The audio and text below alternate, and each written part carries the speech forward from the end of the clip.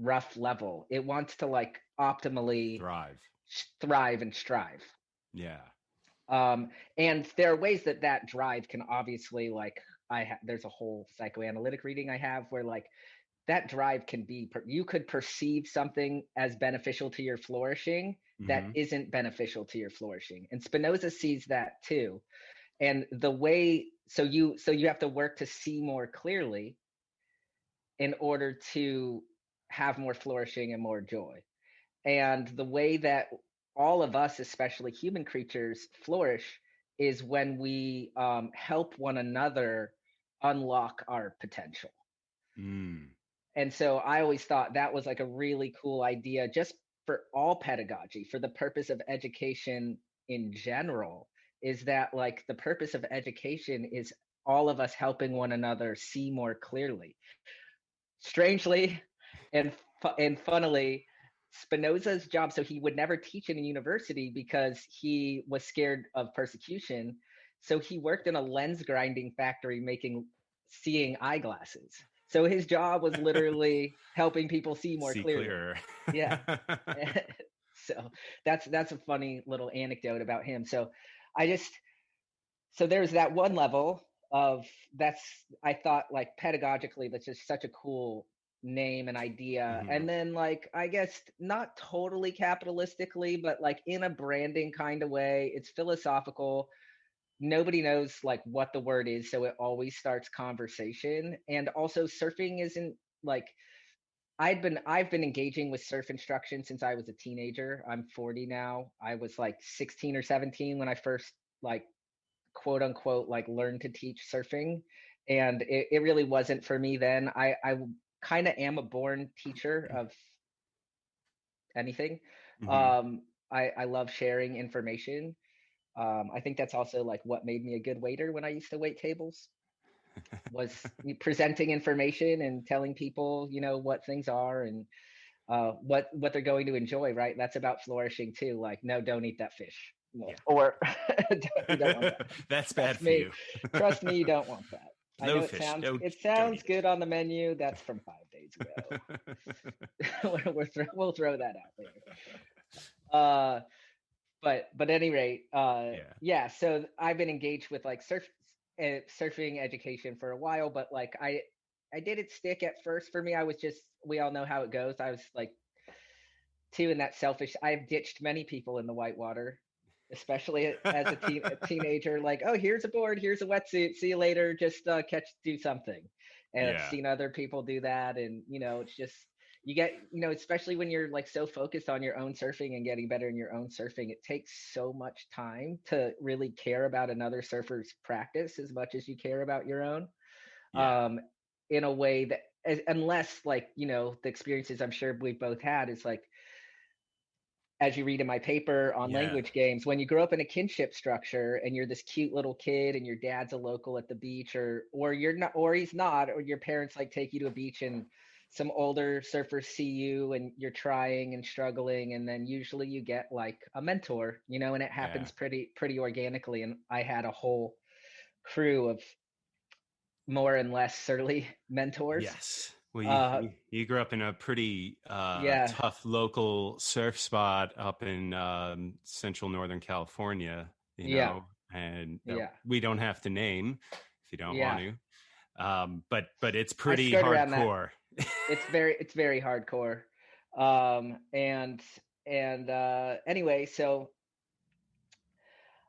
I decided to take the track of higher education because I had this teacher in high school, Mr. Yanowski, and we had this great program in my high school where they were starting us. I mean, people talk smack about California public schools, but I don't know, maybe they got terrible after I left that system, but they were really good for me. And I have like a little theory that is the area I grew up is so beautiful that it attracted really good teachers. So I grew up in the California public school system, and starting in middle school, my school system went to the college kind of semester block scheduling.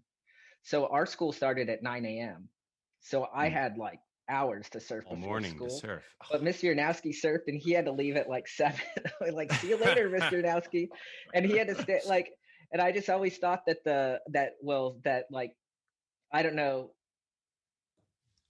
goodness bless school teachers of like small children and teenagers, because that is not something that I would want to do. That is takes it's a very difficult job. Certain kind of person, certain kind of personality. But I noticed when I was an undergrad at Berkeley, I was like stacking my classes on Tuesdays and Thursdays, and noticed my professors were like, had this like great schedule, and I liked academia and was good at it. And I was like, this is the path, academia, because you get to still educate, but like you don't have to show up. You don't have that same schedule that the primary and secondary school teachers have. And so my path turned towards academia. And then I was like, okay, that might mean that I also have to wait tables for a long time, or, and I worked in some surf shops. And then I was noticed in San Francisco that basically there were just all of these kind of adult beginners that like didn't have access to the mentoring that I had. And, I was angry and annoyed at them, like a lot of surfers are, and like grumbling kook and all of that kind of stuff. And then I realized that, it was also in my power, and this also wasn't making very much money at the surf shop. That like, I was like, why don't I try teaching surfing again? And except I'm not going to do like, I don't want to look like, basically, I mean, I love you, Ed Guzman, but I didn't want to look like Ed at all. I didn't want to be that person who like showed up to the beach with like, 50 soft tops and like rash guards outside the wetsuit and like yelling stand up. And you take issue in your grammar of surfing piece. Like you kind of talk about, like, take for example the fact that you stopped working at Club Ed because you were frustrated by the tourist style lessons that was hard on the beach. And the purpose of the job at Club Ed and most surf schools is just to get people to stand up. And that's you're to a lot of people, that's the definition of surfing. And to people like you or me, that we know there's so much more than just standing up on a board. That's only part of the whole experience.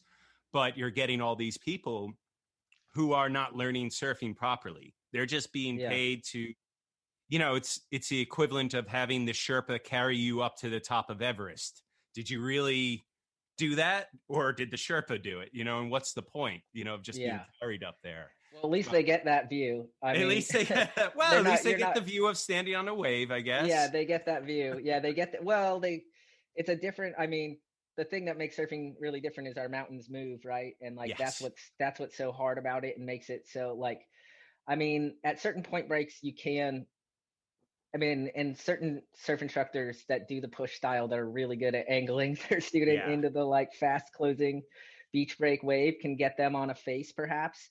But even one of the things that's like, I mean, that I'm still working on with some of my advanced clients is getting people to understand waves. I mean, it is like years and years and years. And that's why, again, like back to the thing we were talking about at the beginning, like we're doing a kind of quantum probability math, a lot of surfers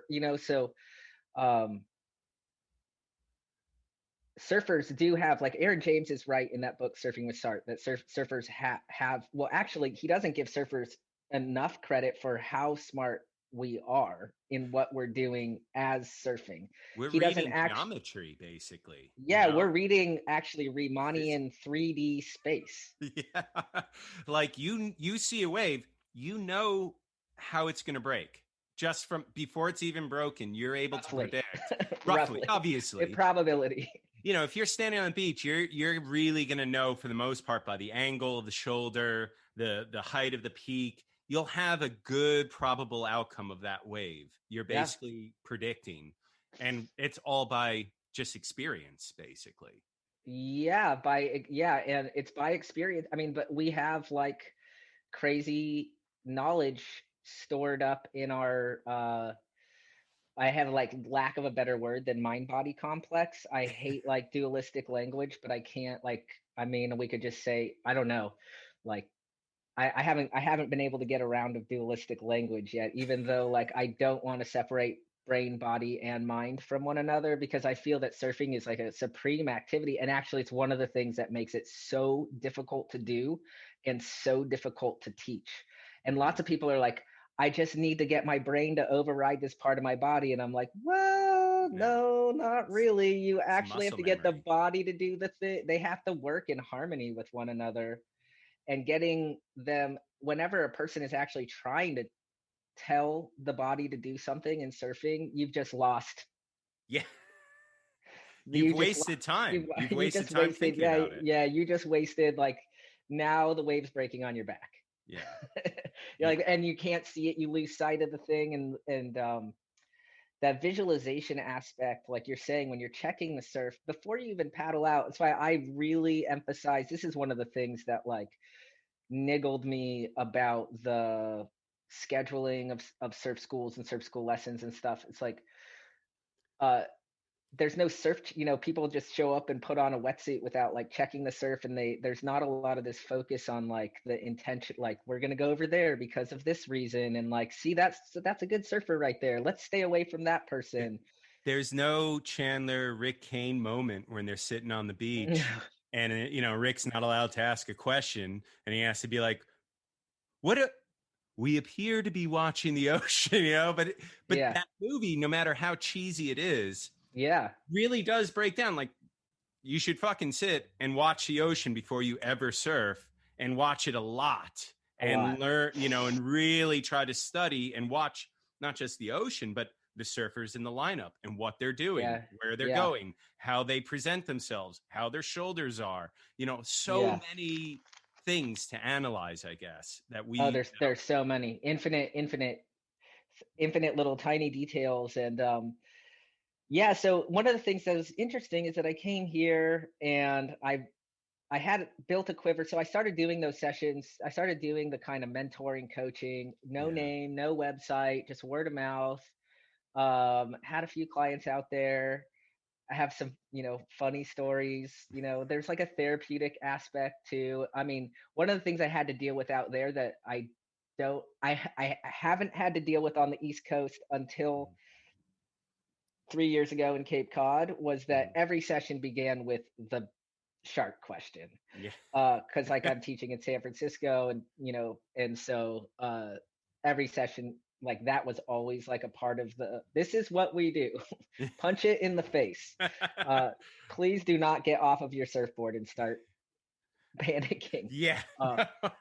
Which actually did happen the one time I've seen a shark with a student.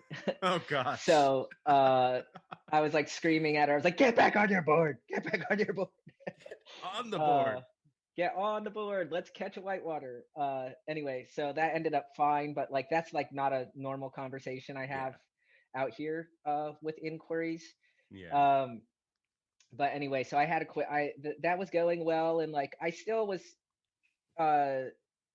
basically what was happening was like I wasn't pushing super hard on that. It was actually hard to coach in the San Francisco Bay Area because it's so miserable all year. Like, the waves are freaking huge. Waves are big. Often. The waves are big, and then like, honestly, Pacifica sucks. Like, it's okay, but it sucks. Like, it's a closeout. It's like not that fun for me to surf, except for it's like certain times when it's on, and like it's just so cold all year. So you don't have, I know it gets really cold. It sounds funny. I love surfing in the winter here, but like it's almost because we also get a fall and a summer and a spring, and the water temperature changes. And I like surfing in California, but coaching, I have to sit still a lot more for coaching. And so it is hard, especially like in the summers in California, where it's like in Northern California, where it's like onshore all the time, foggy, gross, water still cold. Like it was a bit of I wasn't sure that was what I wanted to do or the direction I was going. Like, in the summers a little bit, like here and there with an academic career maybe, but I was waiting tables and in doing fine dining, and I was studying philosophy on my own after undergrad, and I was just like, this is basically has happened to me twice in my life, where I went away from academia to like just focus on surfing, and then I just craved an intellectual community like surfing sometimes lacks that. Yeah, the surf community sometimes lacks that. Yeah, it's sometimes so. I mean, this is like a long way to answer your question of what is